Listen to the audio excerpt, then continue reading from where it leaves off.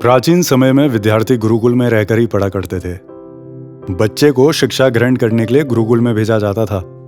बच्चे गुरुकुल में गुरु के सानिध्य में आश्रम की देखभाल किया करते थे और अध्ययन भी किया करते थे। वरदराज को भी सभी की तरह गुरुकुल भेजा गया था। वरदराज कौन?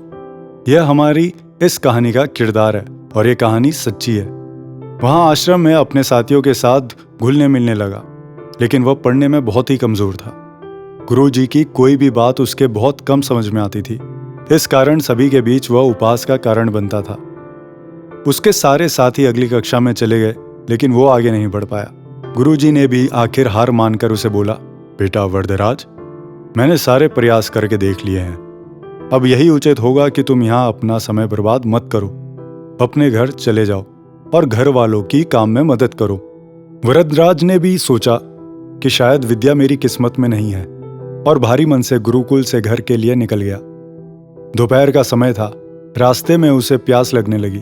इधर उधर देखने पर उसने पाया कि थोड़ी दूर पर ही कुछ महिलाएं कुएं से पानी भर रही थी। वह कुएं के पास गया। वहां पत्थर पर रस्सी के आने जाने से निशान बने हुए थे।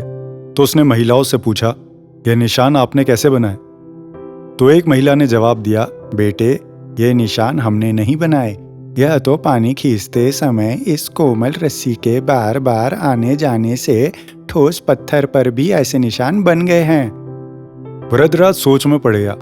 उसने विचार किया कि जब एक कोमल सी रस्सी के बार बार आने जाने से एक ठोस पत्थर पर गहरे निशान बन गए, तो निरंतर अभ्यास से मैं विद्या ग्रहण क्यों नहीं कर सकता? वरदराज ढेर सारे उत्साह के साथ वापस गुरुकुल आया और अथक कड़ी मेहनत की। गुरुजी ने भी खुश होकर भरपूर सहयोग करा।